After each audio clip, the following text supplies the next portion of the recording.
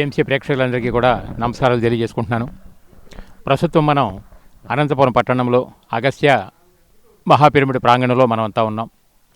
పత్రిజీ గారి లక్ష్య సాధన అయినటువంటి ధ్యాన జగత్తు, శాకాహార జగత్తు, పిరమిడ్ జగత్తు, ఆ లక్ష్య సాధనలో ఎంతోమంది మిత్రులు పత్రిజీతో పాటు కలిసి షేర్ చేసుకునేటటువంటి వాళ్ళు ఉన్నారు. ఆ విధంగా షేర్ చేసుకునేటువంటి వాళ్ళలో ముఖ్యులు శ్రీనివాస్ రెడ్డి గారు మరి ఈరోజు మన ముందుకు వచ్చి ఉన్నారు. వారు పత్రిజీతో ఎలా కలిశారు, కాన్సెప్ట్ని ఎట్లా డైజెస్ట్ చేసుకుని ఏ విధంగా వారి ధ్యానానికి ముందు వారి జీవితం, ధ్యానం తర్వాత వారి జీవితం, ఇవన్నీ విషయాలు కూడా మనకి చెప్పడానికి మన ముందుకు వచ్చున్నారు. మరి వారి యొక్క జ్ఞాన సందేశాలు మనం అందరం కూడా తెలుసుకుందాం. శ్రీనివాస్ రెడ్డి గారు నమస్తే సార్. నమస్తే సార్. మీరు ఎన్ని సంవత్సరాల నుంచి పత్రికతో పాటు మీ సాంగత్యం, ఆ కాన్సెప్ట్ మీకు ఎందుకు నచ్చింది, ఎలా నచ్చింది, దాని ద్వారా మీ ఎదుగుదల మా పిఎంసి ప్రేక్షకులందరికీ కూడా తెలియజేయవలసిందిగా కోరుతున్నాను. నమస్కారం ప్రేక్షకులందరికీ నమస్కారము. నా పేరు మూలా శ్రీనివాస్ రెడ్డి, అనంతపురం నా నేటివ్ టౌను. నేను రియల్ ఎస్టేట్ బిజినెస్ చేస్తాను. Vijayanagar law college correspondent. నేను 1993లో నేను ఈ ధ్యానానికి రావడం జరిగింది ఫస్ట్ టైము. అప్పుడు అంతకుముందు గిరిధర్ అనే ఒక మా ఫ్రెండ్ ద్వారా దీనికి రావడం జరిగింది. యాక్చువల్ అతని నుండే నాకు ఇది ఇన్ఫర్మేషన్ కూడా వచ్చింది. అది గిరిధర్ ధ్యానం చేస్తా అంటే తేళ్ళు చంపుకోకుండా అవి చేస్తుంటే మేము గేలి చేసేవాళ్ళం.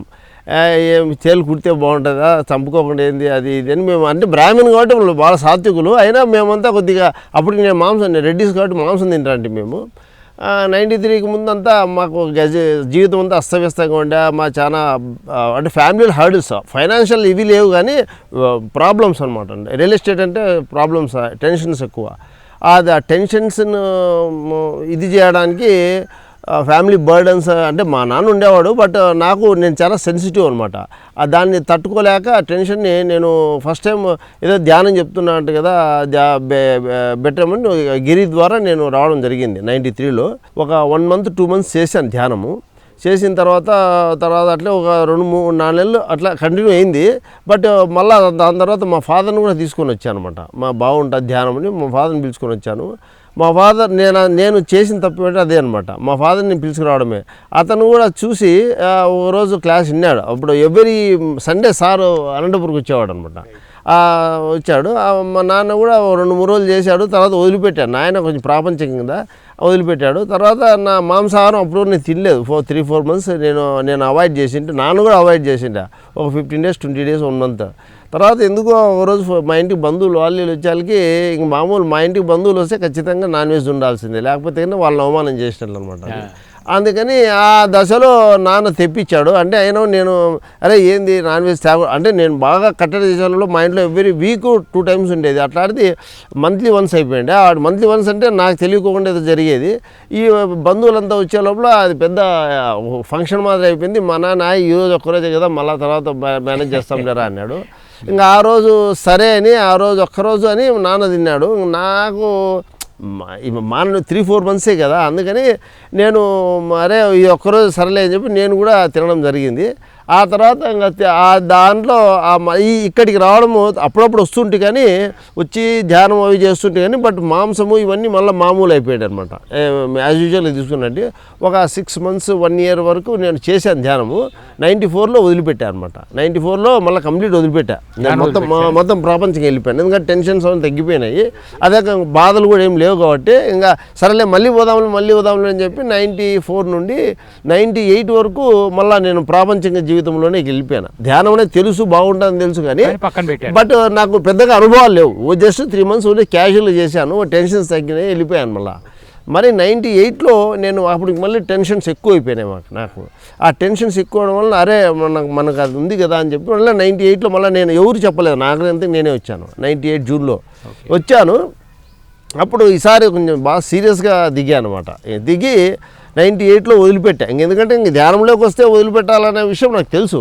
అందుకని వదిలిపెట్టి కంప్లీట్ 98 నుండి ఇంక వెనుదిరిగి చూడలేదు. అప్పటి నుండి అప్రతిహితంగా ఇంతవరకు ధ్యానాన్ని వదలలేదు. ఆ యోగ మార్గంలో మీరు వదిలిపెట్టింది ఏంటి?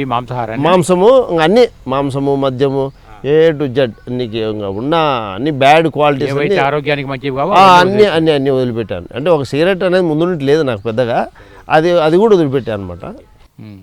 బ్యాడ్ హ్యాబిట్స్ అన్ని వదలడం జరిగింది. ఇంకా అంటే మందు కూడా ఎప్పుడన్నా సోషల్ అంతే, మనమే రెగ్యులర్ కాదు, అట్లా అది కూడా వదిలిపెట్టేసాను అనమాట. ఓకే. బట్ ఇంకా అప్పటి నుండి నా ఆధ్యాత్మిక ప్రయాణం మళ్ళీ స్టార్ట్ అయింది. 98లో నేను సార్కి ఒకసారి హైదరాబాద్ వెళ్ళడం జరిగింది. సార్ ఇంటికి వెళ్ళాను. నేను వెళ్ళింటే అప్పుడు మా కాలేజ్ ఫంక్షన్కి సార్ని పిలుద్దామని చెప్పి పోయాను అనమాట. పోతే సారు జనవరి 1 ఇంకా ముందు రోజు 12th అట్లా ఐ థింక్ ఫస్ట్ సార్ నమస్కారం పెట్టి నన్ను గుర్తుపడతాడు కదా అనే ఉద్దేశంతో, అంటే చాలాసార్లు కలిసినాం కదా ఉద్దేశంతో, అది 99 జనవరి ఐ థింక్, సార్ మా కాలేజీకి రావాలి సార్ అని వస్తాను.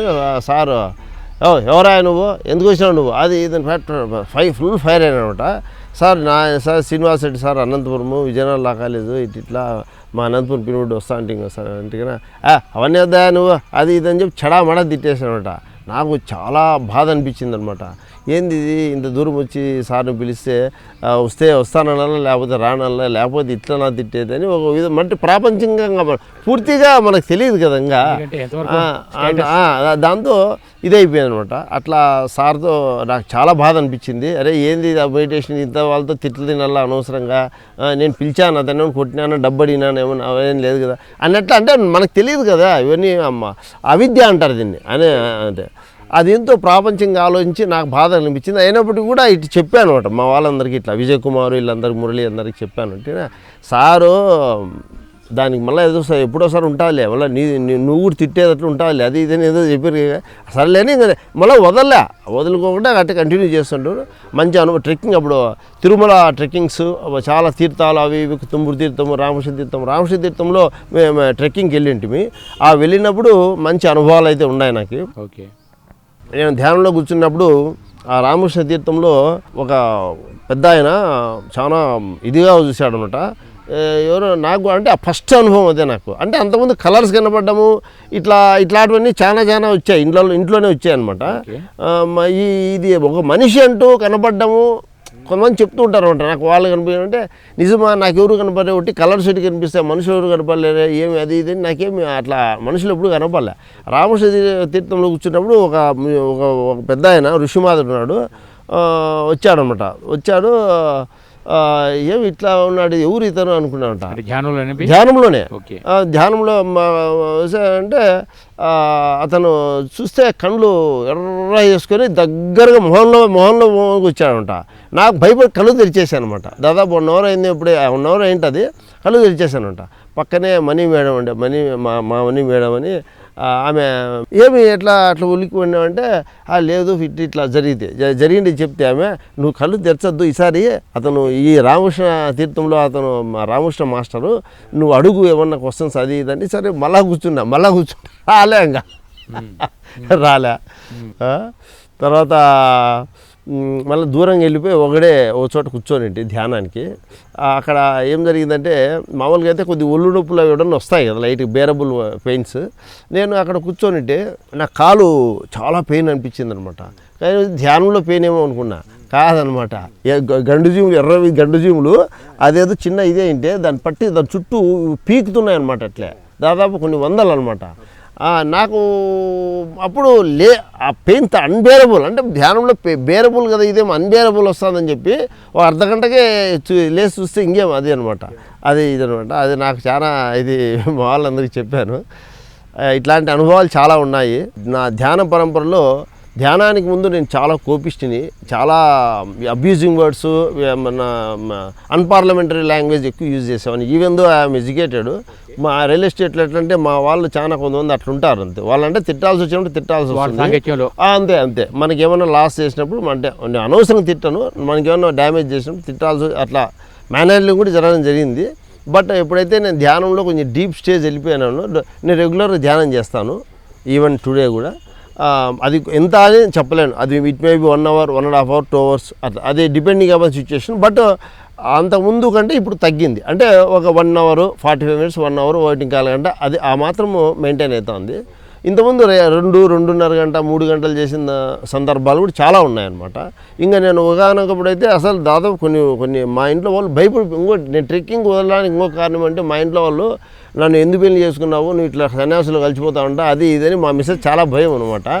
ఆ దెబ్బతో నేను ట్రెక్కింగ్ కూడా మానేయాల్సి, అంటే అదే ట్రెక్కింగ్ కూడా రాను ఏమైందంటే 1000 కాదు 2000 మంది, అసలు చాలా ఇది ఎక్కువ అయిపోయింది కదా ట్రెక్కింగ్ లోకల్గా ఎక్కడెక్కడ చేయడం జరిగింది. కాబట్టి ఈ మధ్య ఒక గత 8-10 ఏళ్ళ నుండి ట్రెక్కింగ్ పోవడం లేదు. అంతకుముందు ఎప్పుడో 2008 ముందు పోవడమే కానీ 2008 తర్వాత పెద్దగా లేదు. మా మిసెస్ భయపడడం వల్ల నేను ఇంట్లోనే ధ్యానం చేసుకోవడము, ఇక్కడ రావడము. ప్రభాకర్ వచ్చినాక దీని రూపురేఖలే మారిపోయినాయి. అతనికి నేను ఫైనాన్షియల్ సపోర్ట్ కూడా నా వంతు సహకారం నేను అందించినాను. But he did a lot service. మనకు ఒకటే, నాకు పిరమిడ్ అంటే నమ్మకము మనకు, ఎందుకంటే మాస్టర్స్ వాళ్ళు చూసుకుంటారు మనకెందుకు, మనం కేవలం నిమిత్త మాత్రలు, మన ప్లే మనం చేద్దాం అంతే, మన రోల్ మనం ప్లే చేద్దాం అని చెప్పి చేశాను. ఇంతవరకు కూడా చేస్తున్నాను, ఇక ముందు కూడా చేస్తాను. నా లైఫ్ ఎండ్ అయ్యేంత వరకు కూడా ఈ జర్నీ ఆగదు పిరమిడ్. ఇంకా వెనుక తిరిగి అనేది మళ్ళీ యూటర్న్ అంటూ ఏం లేదు. ఈ మధ్య కొంచెం ధ్యానం చేయడం తగ్గిందనే ఇదైతే ఉంది. అవగాహన పెరిగి ఆచరణలో వచ్చినప్పుడు ఇంకా మీకు ధ్యానం కాస్త వచ్చి తగ్గిన నో ప్రాబ్లం. బిగినింగ్ లో బాగా చేశారు, బాగా చేశాను. మీరు అద్భుతమైన మార్పు మీలో వచ్చింది. ఆ మార్పు పోస్తారు, ఇంకా నాలో వచ్చిన మార్పు పోదు. అవగాహన వచ్చింది, విద్య వచ్చింది. మనకు కాకపోతే పాత వాసనలు కొన్ని ఉంటాయి కదా, అప్పుడప్పుడు ఏదన్నా కొద్దిగా అట్లా అవి ఉంటాయి. కానీ అదే ఇదే అయినప్పుడు బట్ అవి కూడా చాలా లిమిటేషన్స్లోనే ఉంటాయి అన్నమాట అవి కూడా. బట్ నా బిజినెస్ పరంగా అయితేనేమి చాలా డెవలప్మెంట్ అయింది. ముందుకన్నా కూడా చాలా మెయిన్ టెన్షన్స్ ఈ రియల్ ఎస్టేటు, కాలేజు, ఇవన్నీ ఇవి ఉన్నాయి కదా, మ్యాక్స్ సొసైటీ, ఇట్లాంటివన్నీ మాకు టెన్షన్స్ ఉంటాయి, ఫైనాన్షియల్ టెన్షన్స్. సహజంగా పనికిరానివన్నీ వెళ్ళిపోతాయి అనుకున్నప్పుడు, ఇప్పుడు భౌతిక ప్రకారంగా చూసుకోగలిగితే మీరు ఎప్పుడన్నా పార్టీలో కూర్చున్నప్పుడు కాసేపు ఇవి ఎలాంటివి అని చెప్పని అనుకుంటాం.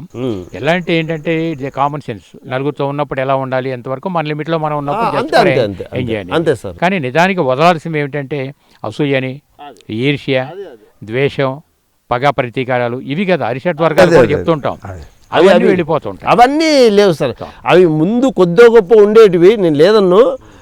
ఇప్పుడు అంటే ఇప్పుడే మెడిటేషన్లోకి వచ్చిన తర్వాత కంప్లీట్ అసలు మా ఫ్రెండ్స్, మా బంధువులంతా నువ్వు ఇంకా ఏదో ఇదే అడవుల్లోకి వెళ్ళిపోతారా అన్నట్లు అనమాట. ఇంక సన్యాసి అయిపోతా దీనికి వచ్చేసారనమాట. ఇట్లా అయిపోయినావు అన్నట్లు అనమాట.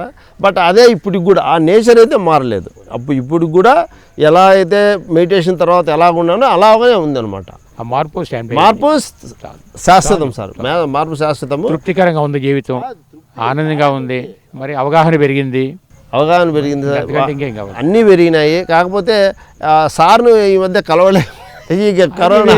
అట్లా కాదు, ఇప్పుడు సార్ అనేది ఏమవుతుందంటే ఒక ఆధ్యాత్మిక గురువుగా పత్రిజీ అనేది ఒక పెద్ద జ్ఞానకని.